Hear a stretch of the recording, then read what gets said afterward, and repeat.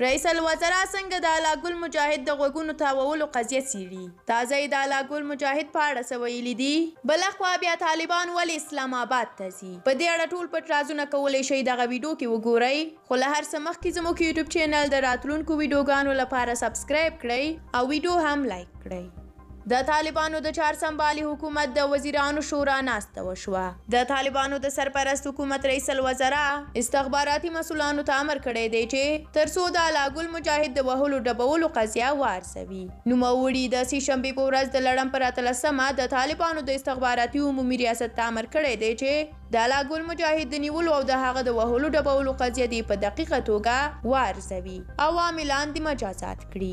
له دې وړاندې د ولسي جرګې پخواني غړي الله ګل مجاهد د ویډیو په ټولنیزو رسنیو کې لاس په لاس کېده. له دې وړاندې د ولسي جرګې پخواني غړي الله ګل مجاهد یوه ویډیو په ټولنیزو رسنیو کې ډیره لاس په لاس کېده. په ویډیو کې داسې ښکاري چې الله ګل مجاهد د طالب چارواکو له لوري وهل کیږي او سپکې سپورې ورته وایي.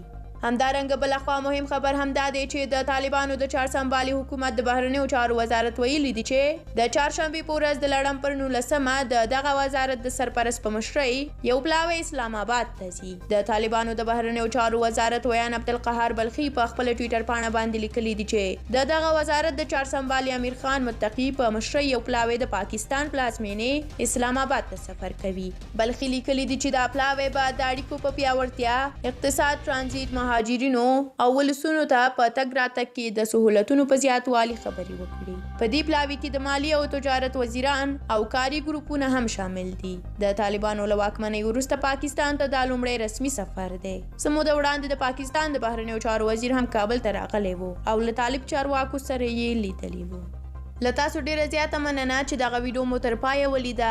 پاکستان ته د طالب چارواکو د دغه سفر په اړه خپل نظریات را سره کولی شئ د کومنټ په برخه کې شریک کړئ. موږ هم ستاسو نظرونه په پوره حوصله لولو. تر بیا ښه وخت. د خدای پامان.